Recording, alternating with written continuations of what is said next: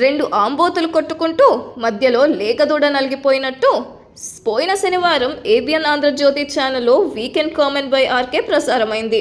ఆ కార్యక్రమంలో ఆంధ్రజ్యోతి ఎండి రాధాకృష్ణ జగన్ మావిగన్ ప్రతిపాదనపై జగన్ ఒక జోకర్తో పోలుస్తూ వైసీపీ నాయకులు వెన్నెముకలేని వారని, సొంత అభిప్రాయాలుండవని, తమ నాయకుడు ఏది చెబితే అది గుడ్డిగా నమ్ముతూ ఉంటారని చెప్తూ దానికి ఉపమానంగా వైసీపీ నాయకులు కార్యకర్తల భార్యలను ఉద్దేశించి చెల్లెలుగా భావించానని జగన్ చెబితే వారికి మళ్లీ పెళ్లి సంబంధాలు చూసే వెన్నెముకలేని వ్యక్తులు వైసీపీ నాయకులని చెప్పారు. ఈ కమెంట్లతో వైసీపీ నాయకులకు మండింది. ఏబిఎన్ ఆఫీస్ ముందు మాజీ ఎమ్మెల్యేలు, ఎంపీలు కలిసి ధర్నా చేశారు. రాధాకృష్ణను బండబూతులు తిట్టారు. అది కూడా హైదరాబాద్లో చేశారు.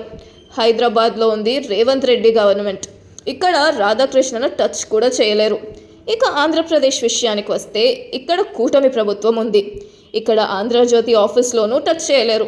ఇక వారికి టార్గెట్గా దొరికింది ఒక చిరుద్యోగి, ఒక వాయిస్ ఓవర్ ఆర్టిస్ట్.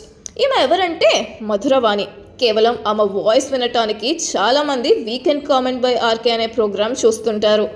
ఆమె ఒక సాధారణ మధ్యతరగతి గృహిణి. ప్రతి శనివారం విజయవాడ నుంచి హైదరాబాద్ వచ్చి ఆంధ్రజ్యోతి ఆఫీస్లో రాధాకృష్ణ రాసిచ్చినటువంటి వీకెండ్ కామెంట్ బై ఆర్కే చదివి మళ్ళా విజయవాడ వెళ్ళిపోతుంది. దానికి సంబంధించి 5-6 వేలు ఇస్తారు. ఆమె సెంట్రల్ యూనివర్సిటీలో తెలుగు PhD చేస్తుంది.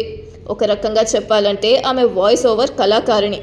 రాధాకృష్ణ ఏమి చేయలేని వైసీపీ నాయకులు, కార్యకర్తలు చివరికి ఒక చిన్న ఉద్యోగిని, అది కూడా ఒక మహిళ కళాకారిణి అయినటువంటి మధురవాణిని టార్గెట్ చేసుకొని ఆమెను చంపుతామని, అది చేస్తామని, ఇది చేస్తామని బెదిరిస్తున్నారు.